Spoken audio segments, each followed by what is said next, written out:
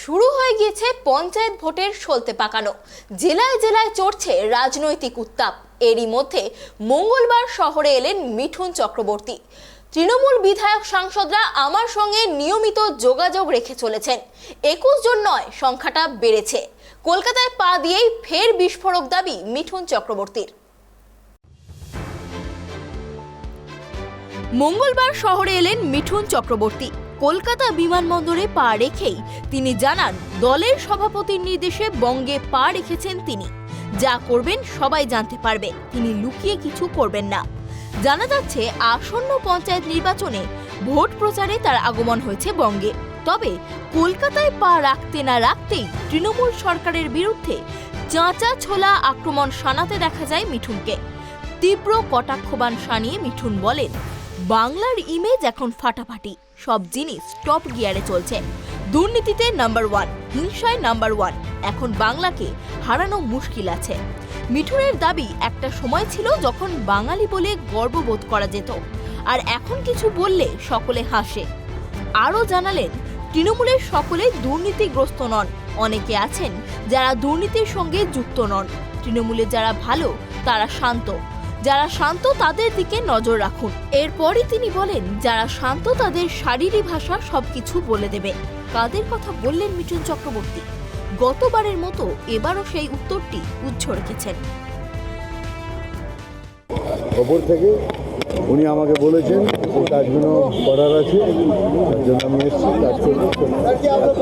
আগামীকাল থেকে তো আপনি প্রচার করবেন? প্রচার নয়, আমি জানি না, I do not know the list. জানা আছে। গত কয়েকদিনে রাজ্যের বিভিন্ন জায়গায় বোমাবাজি, গুলি,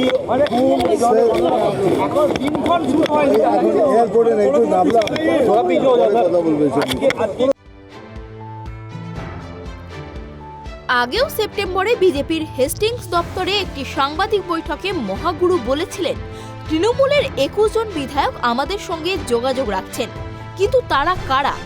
সাংবাদিকদের উদ্দেশ্যে বার্তা একটাই, ক্যামেরা প্যান করুন, একটু জুম ইন জুম আউট করুন, নিজেরাই বুঝে যাবেন।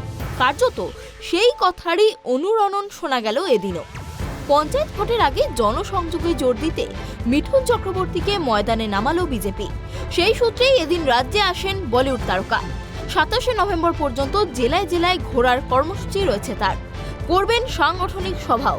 মিঠুন চক্রবর্তীর সঙ্গী বিজেপির রাজ্য সভাপতি সুকান্ত মজুমদার। কর্মীদের মনোবল চাঙ্গা করতেই জেলায় জেলায় সাংগঠনিক সভা করবেন তিনি। বুধবার অর্থাৎ আজ থেকেই শুরু হবে মহাগুরুর সফর।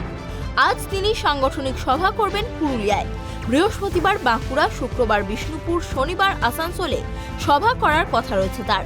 আর রবিবার মহাগুরুর সভা করার কথা অনুব্রতগড়, বীরভূমে। সব মিলিয়ে ঠাসা কর্মসূচি।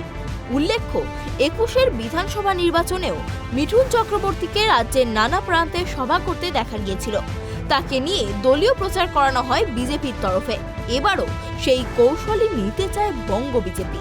দলীয় সূত্রে বলা হচ্ছে, পঞ্চায়েত ভোটে সর্বশক্তি দিয়ে ঝাঁপাবে গেরুয়া শিবির। সেই জন্য প্রচারের কাজে লাগানো হবে মিঠুন চক্রবর্তীকে।